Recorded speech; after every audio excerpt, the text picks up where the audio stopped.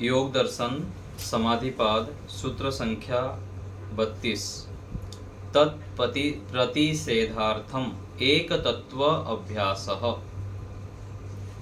उसके ऊपर अवतरणिका देखिए, ये सभी विक्षेप समाधि के विरोधी हैं।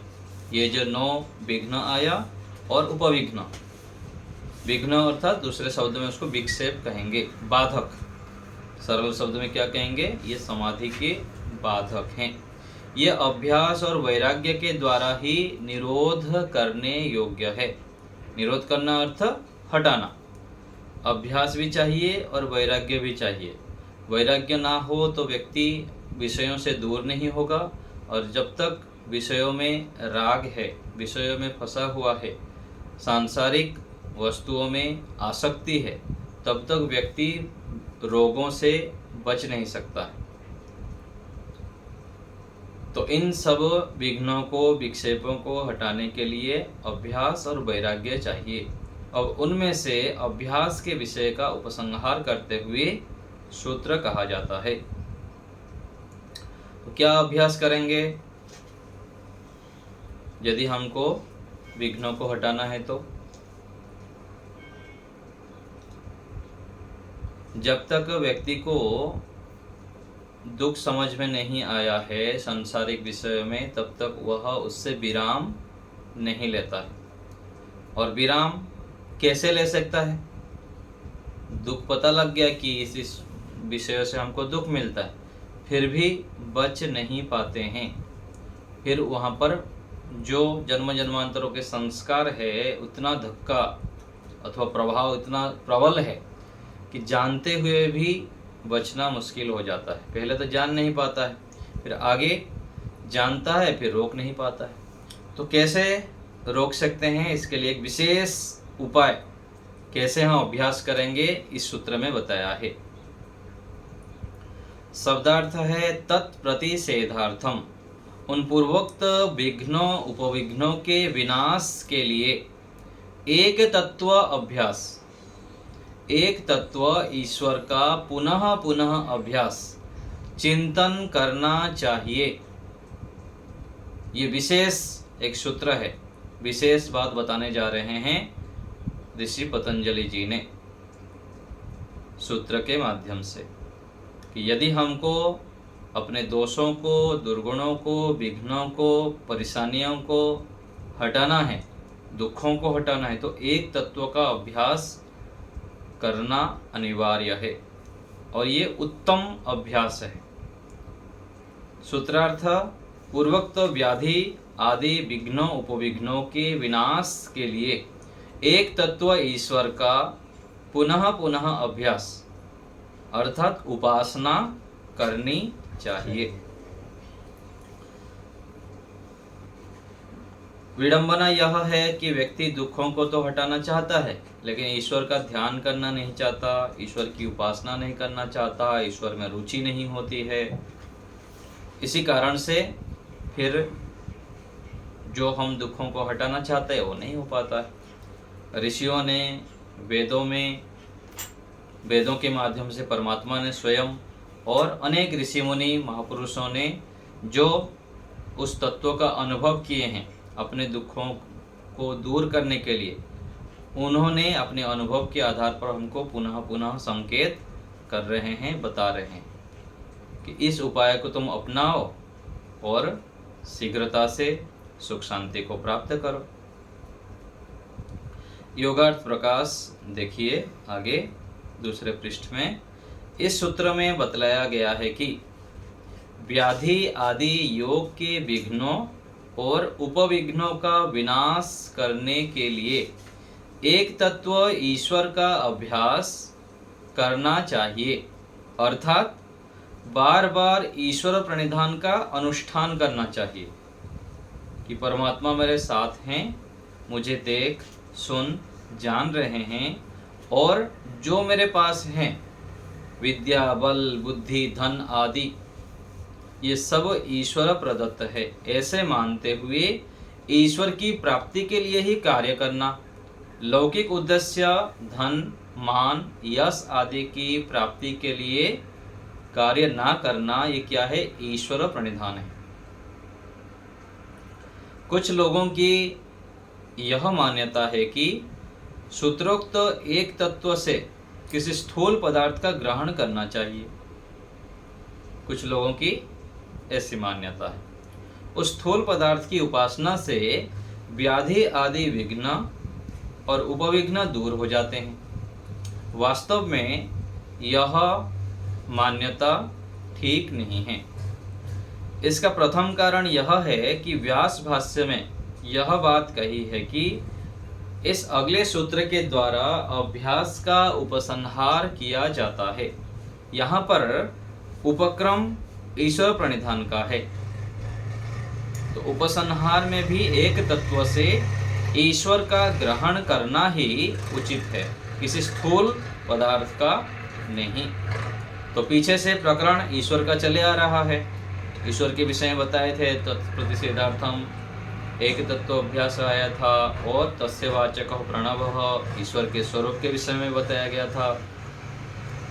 तो इसीलिए एक तत्व से ईश्वर को ही लेना चाहिए।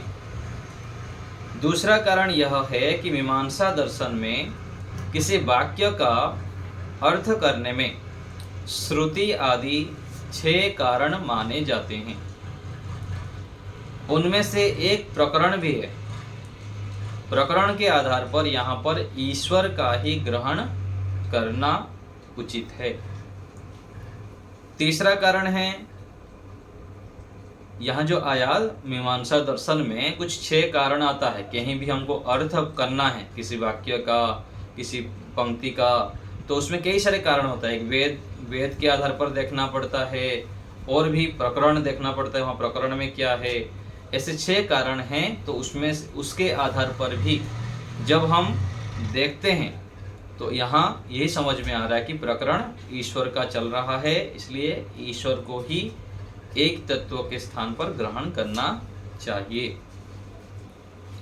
तीसरा कारण यह है कि विशेष प्रयोजन की सिद्धि के लिए किसी शब्द का बार बार आवर्तन किया जाता है। विशेष प्रयोजन की सिद्धि के लिए, जैसे योग दर्शनकार ने ईश्वर प्रणिधान का उल्लेख अनेक बार किया है, इससे पुनरुक्ति दोष नहीं आता है।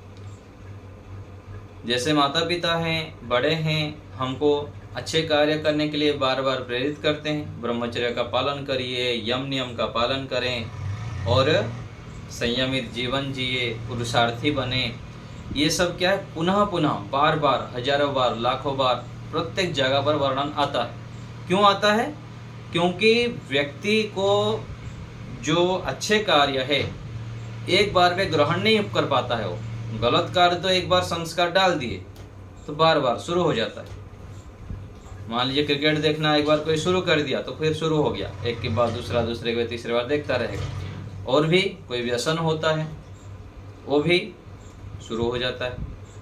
अच्छे कार्य के लिए बहुत मेहनत करना पड़ता है, बहुत सावधानी से उसको ग्रहण करना पड़ता है। इसलिए ऋषियों ने, महापुरुषों ने और जितने भी आदर्श व्यक्ति हैं उन्होंने अच्छे कार्य को बार बार हमें बताते हैं। तो इससे उस विषय को प्रधानता देने के लिए, जीवन में लाने के लिए, लोगों के मन मस्तिष्क में बिठाने के लिए वो बार बार बताते हैं। इसीलिए भी ईश्वर प्रणिधान का अनेक बार उल्लेख आया है। चौथा कारण यह है कि व्याधि आदि विघ्न और उपविघ्न किसी स्थूल पदार्थ की उपासना से कभी भी दूर नहीं हो सकते। स्वामी दयानंद सरस्वती जी ने ऋग्वेद आदि भाष्य भूमिका जो उनकी ग्रंथ है उसमें भी लिखा है, और उनके छुड़ाने का मुख्य उपाय यही है, तत्प्रतिषेधार्थम एक तत्व अभ्यास। जो केवल एक अद्वितीय ब्रह्म तत्व है उसी में प्रेम और सर्वदा उसी की आज्ञा पालन में पुरुषार्थ करना है। वही एक उन विघ्नों के नाश करने को वज्र रूप शस्त्र है, अन्य कोई नहीं। इसलिए सब मनुष्यों को अच्छे प्रकार प्रेम भाव से परमेश्वर के उपासना योग में नित्य पुरुषार्थ करना चाहिए, जिससे वे सब विघ्न दूर हो जाएं। ये कौन लिखे हैं? ऋषि दयानंद जी ने इस सूत्र के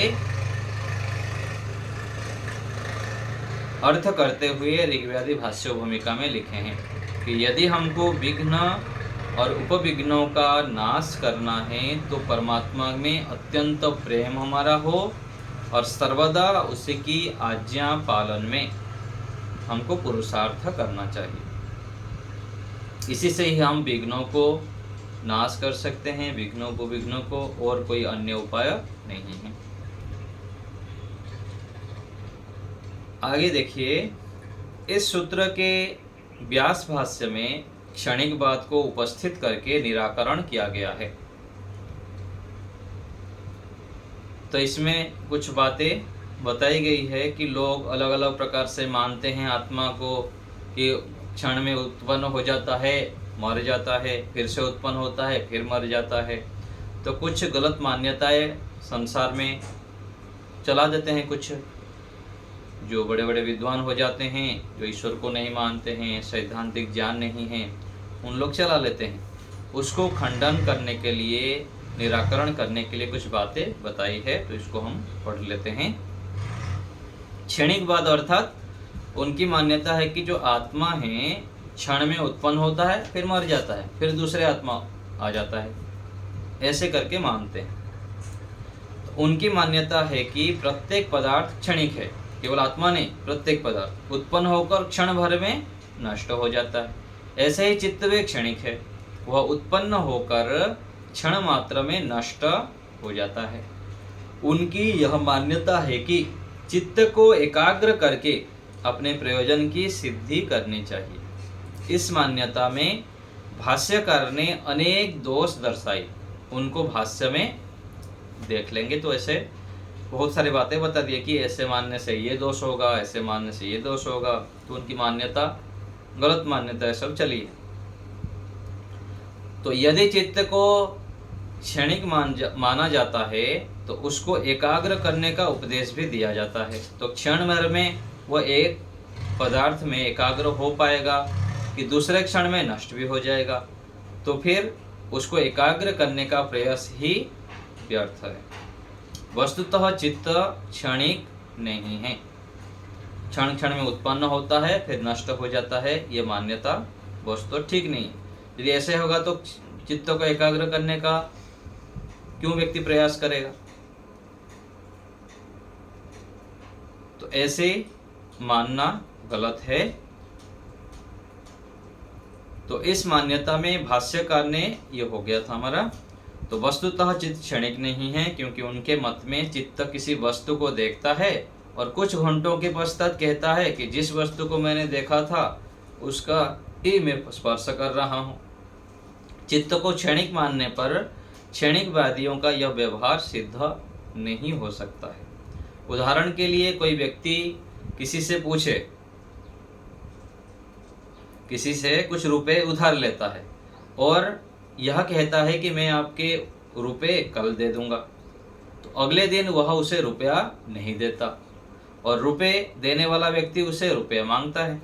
तो वह ऋणी व्यक्ति कहता है कि जिसने आपसे रुपए लिए थे वह कोई और था, अब वह नहीं रहा। तो क्षणिकवादियों के अनुसार यह लोक व्यवहार उत्पन्न नहीं होता, किंतु लोक व्यवहार चल रहा है। यदि उनके मंतव्य को सत्य मान लेवे तो लोक व्यवहार अस्त व्यस्त हो जाएगा। इत्यादि मान्यता में अनेक दोष है, इसलिए क्षणिकवाद सत्य नहीं है।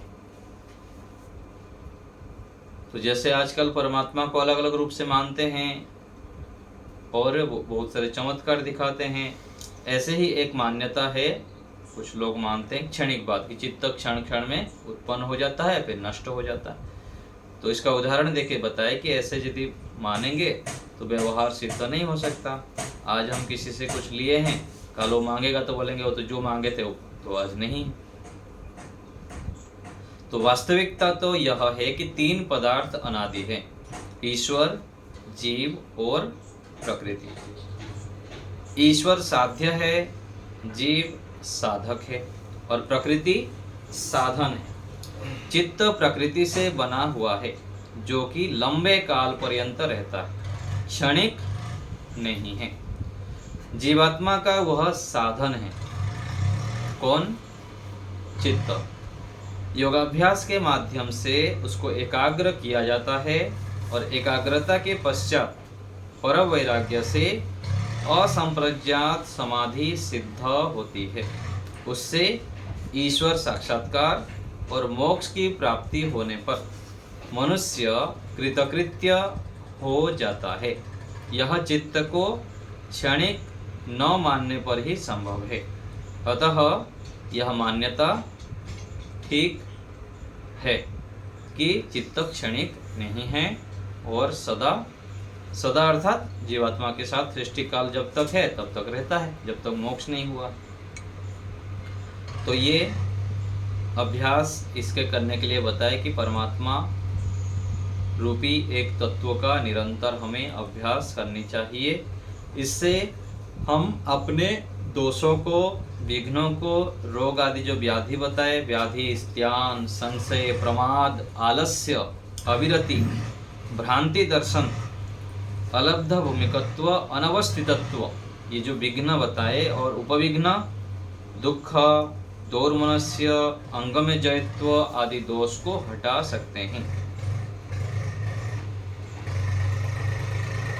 तो ये हो गया। इसमें आप लोग को कुछ पूछना हो तो बताइए।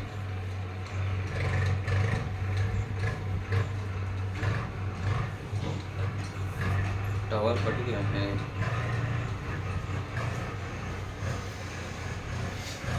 ओम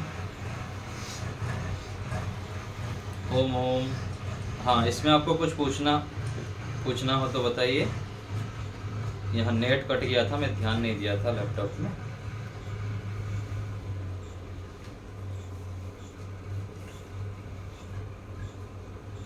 इस सूत्र में बोलिए बोलिए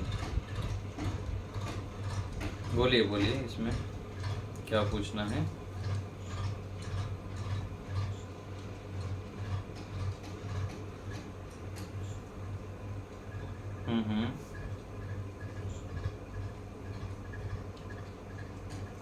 हाँ जी, हाँ जी। एक तत्व से ऋषि पतंजलि जी का और यहाँ के हिसाब से, भाष्य के हिसाब से ईश्वर को लिया गया है। तो कुछ जो व्याख्याकार हैं, कुछ लोगों की ऐसी मान्यता लेते हैं, तो ये मान्यता ठीक नहीं है। एक तत्व मतलब ईश्वर का ही विषय है, चल रहा है पीछे से, ईश्वर को ही लेना चाहिए।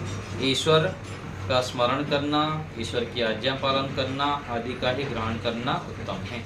वही ग्रहण करना चाहिए यहाँ पर एक तत्व से।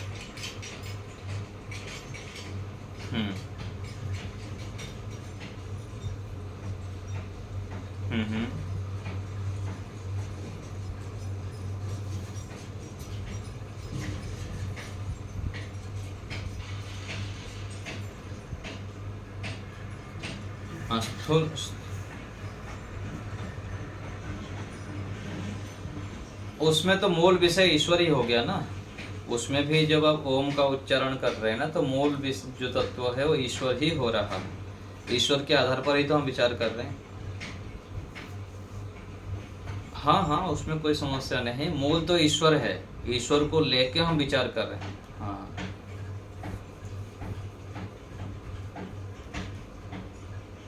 तो उसमें कर सकते हैं, उसमें कोई समस्या नहीं है। हाँ जी, ठीक है। सुदर्शना बताइए।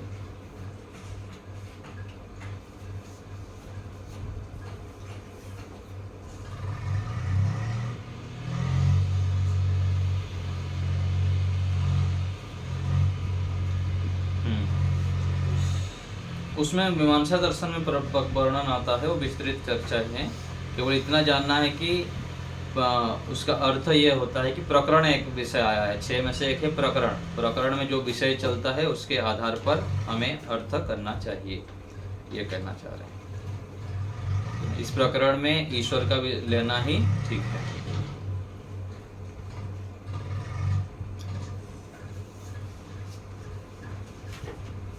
हम्म हम्म पुनरुक्त दोष तब होता है जब वाक्य का कोई अर्थ ना हो, है ना। जिस वाक्य का हम प्रयोग कर रहे हैं, मान लीजिए ऐसे बोलते हैं कि मान लीजिए भोजन कर लो, है ना, भोजन कर लीजिए बोल रहे हैं, तो ये हो गया। फिर बोल रहे हैं कि इधर से आके भोजन कर लीजिए, ऐसा क्यों भोजन कर लिए। इस प्रकार से जब बार बार उसको दूसरे को दोष दिखाने के लिए अथवा कुछ मजाक उड़ाने के लिए, इस अर्थ में जो उसका अर्थ यदि कुछ विशेष अर्थ नहीं निकल रहा है, हम उसको प्रयोग कर रहे हैं, तो ये पुनरुक्त दोष होगा। और सार्थक रूप में किसी प्रयोजन को सिद्ध के लिए जो बार बार बोला जाता है उसको पुनरुक्त दोष नहीं कहते हैं, ठीक है ना। तो यहाँ पर जो कहा, ईश्वर के विषय में बार बार कहा जा रहा है किसी प्रयोजन को सिद्ध के लिए, सफलता के लिए, तो वहाँ पर पुनरुक्त दोष नहीं है। लता माता जी नमस्ते।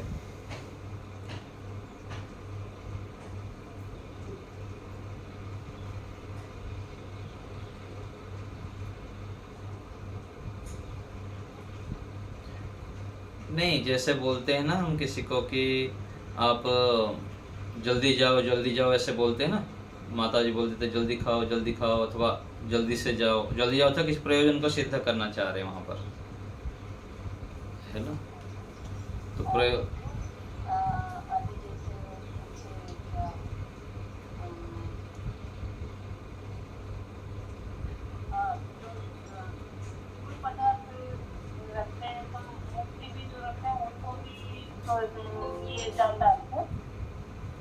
हाँ जी, जैसे फूल पदार्थ रखते हैं ना ये करने के लिए, तो वो मूर्ति को भी रखते हैं, ये भी जाता है क्या? समझ नहीं पाया मैं। मूर्ति को जो रखते हैं, नहीं उसमें ऐसा मूर्ति तो चलो तो दोष युक्त हो जाएगा। ईश्वर का स्वरूप जिस प्रकार नहीं है, लोग अलग प्रकार से कुछ स्थूल ले सकते हैं कि अलग कुछ विषय लेके, सांसारिक विषय, संप्रजात समाधि का विषय है कि स्थूल विषय का अभ्यास करें, पृथ्वी जल अग्नि वायु आकाश, ऐसा नहीं है। ईश्वर सूक्ष्म तत्व है, तो यहाँ पर ईश्वर के विषय में ही कहा गया है कि स्थूल विषय को लेके वो विचार करने लग गया, अथवा कोई भौतिक वैज्ञानिक हो जा रहा है, तो विशेष जो सांसारिक विषय को लेके कुछ रिसर्च करना चाह रहा है, उसको विषय बार बार बनाते, तो उसमें विघ्नों का नाश नहीं होगा। विघ्नों का नाश होना, दोषों का हटना, ये नहीं हो पाएगा उसमें। आचार्य जी, ये क्षण की बात, ये जो क्षणिक बात, ये समझ में नहीं आया। मतलब क्षणिक बात है गलत मान्यता। कुछ लोग ऐसे मानते हैं कि जो मन है अथवा चित्त है वो हर क्षण नष्ट हो जाता है फिर उत्पन्न हो जाता है, नष्ट हो जाता है फिर उत्पन्न हो जाता है। तो ऐसे कुछ लोग मानते हैं, तो ये मान्यता ठीक नहीं है, ये कहना चाह रहे हैं।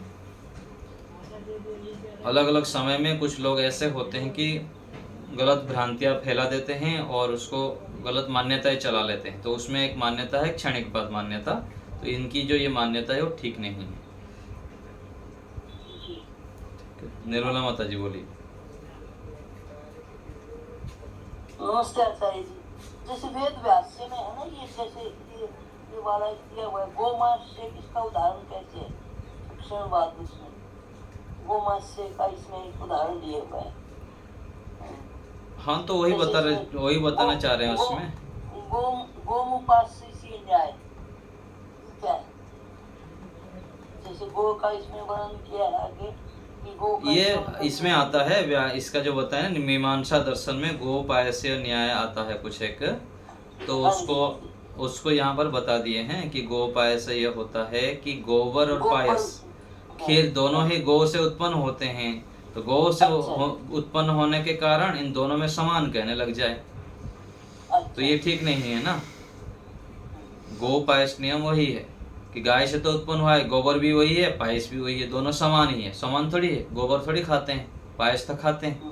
तो ऐसे ही यहाँ पर चित्त के विषय में जैसे कहा गया था कि वो उत्पन्न होता है, नष्ट होता है, तो फिर से उत्पन्न हो जाता है, नष्ट हो जाता है, दोनों एक ही है। उत्पन्न होना, नष्ट होना, ये जो बताया गया है क्षणिक बात का, ये मान्यता को यहाँ बताना चाह रहे हैं कि ऐसा नहीं है, चित्त तो स्थिर रहता है। मतलब एक क्षणिक बात नहीं है। हाँ, क्षणिक बात परमानेंट परमानेंट रहता है। ईश्वर उपासना। जी जी जी, डॉक्टर साहब बोलिए। नमस्ते आचार्य जी। नमस्ते। ये दो बातें मुझे अच्छी तरह समझनी है। शब्दार्थ में लिखा है कि पूर्वोक्त विघ्न और उपविघ्नों के विनाश के लिए एक तत्व का पुनः पुनः चिंतन और उपासना करनी चाहिए। वही बात पुरुषार्थ में है, व्याधि आदि विघ्नों को विनाश के लिए एक तत्व का पुनः पुनः चिंतन उपासना करनी चाहिए। और आगे योगार्थ पदार्थ में लिखा है कि विघ्नों और उपविघ्नों के विनाश करने के लिए एक तत्व का अभ्यास करना चाहिए, अर्थात बार बार संविधान का अनुष्ठान करना चाहिए। तो आप सबको कैसे मिला के करेंगे? एक ही बात है, ईश्वर प्रणिधान कह लीजिए, एक तत्व बोल दीजिए, है ना, ईश्वर की आज्ञा पालन कह लीजिए, यम नियम का पालन कह लीजिए, सभी एक ही बात है। न्याय आचरण बोल दीजिए, धर्म आचरण कह दीजिए, तो अलग अलग प्रकार से उसी बात को ही कहना चाह रहे हैं। नहीं, मेरा प्रश्न अलग से है कि हम गुरुकुल में तो है नहीं, घर में रहते हैं, कामकाज करते हैं, तो बार बार तो घर में रहते हैं तो यदि जल्दी मोक्ष की ओर जाना है, समाधि लगानी है, विघ्नों का नाश करना है, तो घर छोड़ दीजिए। ये सीधा उत्तर है, कठोर है, कड़क है, लेकिन सही तो यही है। और यदि धीरे धीरे चलना चाहते हैं, कई जन्मों में जाना चाहते हैं, तो धीरे धीरे जितना सामर्थ्य है सारा घर व्यापार सांसारिक सुख सुविधाओं को भोग करते हुए चलते रहिए। जी, वही बात मैं रिपीट करता हूँ कि यहाँ रहते हुए कैसे चिंतन किया जाए ईश्वर का। वही बता रहा हूँ ना, वही चीज आपको मेहनत करनी पड़ेगी। जितना होता है धीरे धीरे बैलगाड़ी में चलना पड़ेगा, और यदि जेट में चलना है, आपको फ्लाइट में उड़ना है, तो फिर गुरुकुल में आश्रम में आना पड़ेगा। उससे आगे फिर और भी जंगल की जो एरिया में रहनी पड़ेगी। वो तो है कि जब भी मौका मिला आने को तत्पर है, लेकिन ये सब तैराकी में हो जाए तब की बात है। हाँ, तो घर में रहते हुए समय लगानी पड़ेगी। सभी वित्त का एक समय की समय लगाइए, घर में भी समय लगाना ही पड़ेगा। स्वाध्याय करें, जप करें, सुबह 4 बजे उठ जाएं, 3 बजे उठ जाएं, रात को जल्दी सो जाए 9 साढ़े 9 बजे। घर में रह के भी कर सकते हैं, सुबह सब लोग उठने से पहले अपना काम आप कर लीजिए। ऐसे करना पड़ेगा। हम कैसे आगे बढ़े? हाँ, इस प्रकार से बढ़ सकते हैं। समय लगाना पड़ेगा, चाहे घर में रहे, आश्रम में भी रह के यदि समय नहीं लगाएंगे तब भी काम नहीं चलेगा। आश्रम में भी समय लगानी पड़ेगी। आश्रम में भी आके गृहस्थी खुल जाती है, ये भी हो जाते हैं।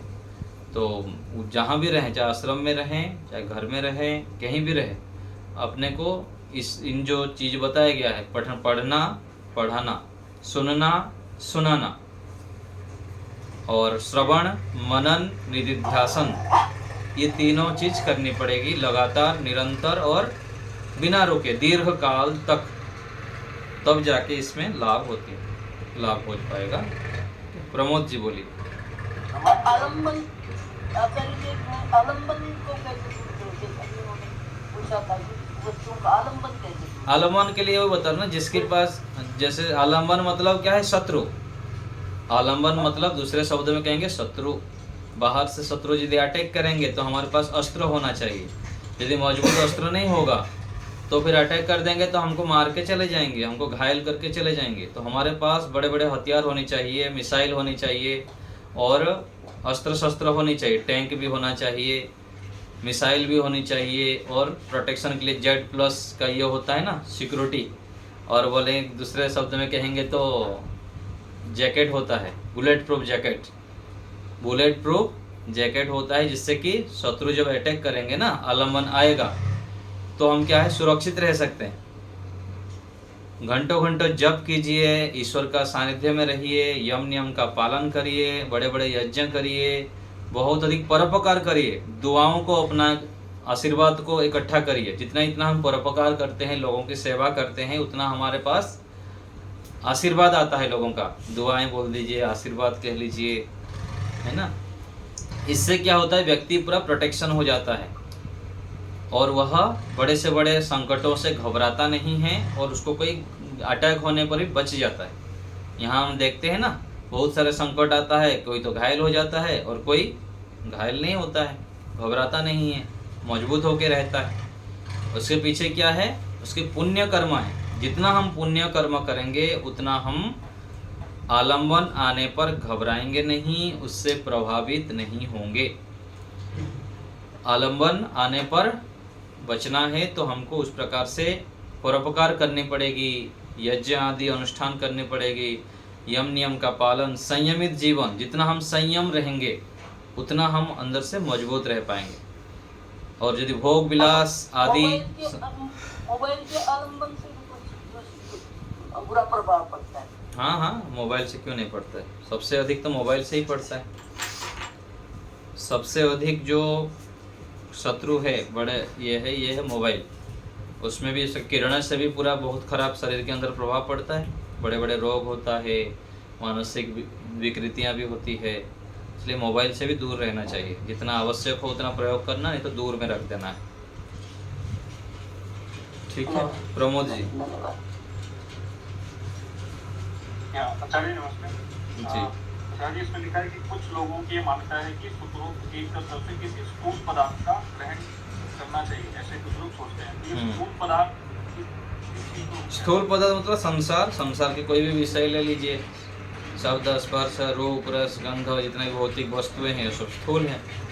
और उससे पहले शरीर के ऊपर भी ले लेंगे, शरीर के विषय जो है वो भी स्थूल है। और ईश्वर सबसे सूक्ष्म है। ईश्वर को छोड़कर कोई भी भौतिक विषयों को अवलंबन लेना ये स्थूल है। और भौतिक विषय बहुत सारे हो सकते हैं, कोई भी विषय ले लीजिए। तो इतना यहाँ पर कहना चाह रहे हैं कि दूसरे किसी विषय को नहीं। यदि आपको दुखों को, कष्टों को, पीड़ाओं को, कठिनाइयों को, बाधाओं को हटाना है तो एक ईश्वर ही एक ऐसे तत्व हैं जिससे आपको शीघ्रता से, बहुत जल्दी से आपको इन सब से हटा सकते हैं, दूर कर सकते हैं और सुख शांति जो हम चाहते हैं वो प्राप्त हम कर सकते हैं, ईश्वर को आलम्बन बनाकर। ठीक है। और दूसरा इसमें जो क्षणिकवाद के बारे में जो बताया है, तो आज के समय में ऐसा कौन क्षणिकवाद, ऐसे कौन लोग? अभी तो ऐसे कुछ दिख नहीं रहे हैं, अभी ऐसे कुछ नहीं दिख रहे हैं। वो पहले कभी की होगी उसी हिसाब से लिख दिया गया है। ब्रह्म कुमारी है, ऐसे अलग अलग मत है, तो उनमें ऐसे कोई नहीं है तो ऐसे तो कोई सुनने में नहीं आता है। उन लोग ऐसे मानते हो चित्त को, मन को, ऐसा नहीं है कोई अभी। पहले होते होंगे, अभी धीरे धीरे वो लोप हो गए होंगे। जैसे कि शांत योग के बारे में बात करते हैं, योग के बारे में बार-बार आप करते रहते हैं, बताते रहते हैं, तो इसको और हम ज़्यादा विस्तार से इसको समझ पाएंगे क्या योग दर्शन में आगे आएगा? हाँ, आगे आएगा ना। अगले सूत्र में यम अहिंसा के विषय में अलग से आएंगे, सत्य के विषय में, अस्तेय के विषय में, उसके परिभाषा, फिर उसके लाभ, ये सब आएंगे आगे दूसरे पाद में, साधन पाद। आठ जो उसके अंग हैं सबको समझाया जाएगा। हाँ जी, सारे विस्तृत रूप में समझाएंगे उसको अगले। पुष्पा माता जी बोली। हाँ जी आचार्य जी, एक बात बताओ, हम घर छोड़ के वहाँ आए तो क्या वहाँ दुख सुख के मानो ध्यान रखेंगे? जो आगे पूरा भी हो जाता है, शरीर के हिसाब से थोड़ा मुश्किल हो जाता है, तो फिर क्या करेंगे बताओ? वहाँ पर हाँ ध्यान रखेंगे। आप आज छोड़ सकते हैं क्या, बोलिए। एक वो माता जी थे, ईश्वर विरोजा की बात है, तो वो वहाँ रहते थे, उनका सत्यपति जी का खाना भी बनाते थे। हाँ, तो कुछ टाइम के बाद उसको कर दीजिए। देखिए, एक होता है सिद्धांत और दूसरा है कि योग्य व्यक्ति का सब जगह सम्मान होता है। आप यहाँ आके संस्था में 20 साल तक सेवा दीजिए, किसी जगह पर, है ना। 20 साल तक सेवा दीजिए, संस्था पे अपना जान लगाइए, तो आपकी सेवा जिंदगी भर संस्था करेगा। और कोई भी आ जाएगा 80 साल तक घर परिवार में जिंदगी लगाए रखेगा, और 80 साल में आके बोलेगा संस्था मुझको संभाले। संस्था भी क्या किसी की संपत्ति है? हमारे सभी के इसमें चलता है ना। तो विशेष योग्य व्यक्ति को सब जगह पर सम्मान होता है। स्वामी सत्यपति जी का इतने साल तक क्यों सेवा हुई? और भी जो बहुत सारे हैं ऐसे व्यक्ति, उनकी सेवा होती है, क्यों नहीं होगी? नहीं, आपकी बात ठीक है। हाँ, याद है एक बार विवेकानंद जी ने कहा कि आओ 5 साल 10 साल हो, उसके बाद वापस चलिए। हाँ ठीक है, आप आइए, रहिए, फिर किया जाता है कि नहीं देखिए। हाँ, ये सोचने में बात है ना, जब वापस से जाना है तो फिर बच्चे तो सोचते हैं ना, जब आज ठीक थे तब सब उधर चले गए। हाँ जी, हाँ जी। आप यहाँ आ गए। तो बात ये है ना माता जी, केवल घर में बैठ के सोचने से, कल्पना करने से नहीं होता है, घर से निकलना पड़ता है, लंबे समय तक मेहनत करनी पड़ती है। और मेहनत, और यदि योग्यता हमारे अंदर है, हम वास्तविक रूप से साधना के मार्ग पर चलना चाहते हैं, हमारे अंदर वैराग्य है और कुछ संस्था के प्रति समर्पण है ना, ईश्वर के प्रति श्रद्धा है, तो परमात्मा की कृपा से सब जगह की व्यवस्था हो जाती है सब। लेकिन ये योग्यता हमको पहले से उत्पन्न करनी पड़ती है ना। योग्य व्यक्तियों का ही सम्मान होता है, तो योग्यता होने पर अवश्य ही व्यवस्था हो जाएगी, नहीं होगी ऐसा नहीं है। हम तो समझ में नहीं आ सकता, 10 साल हो गए। हाँ कोई बात नहीं, धीरे धीरे समझ में आ जाएगा। ठीक है, और कोई बात? Thank you. चलिए यहीं रखते हैं आज।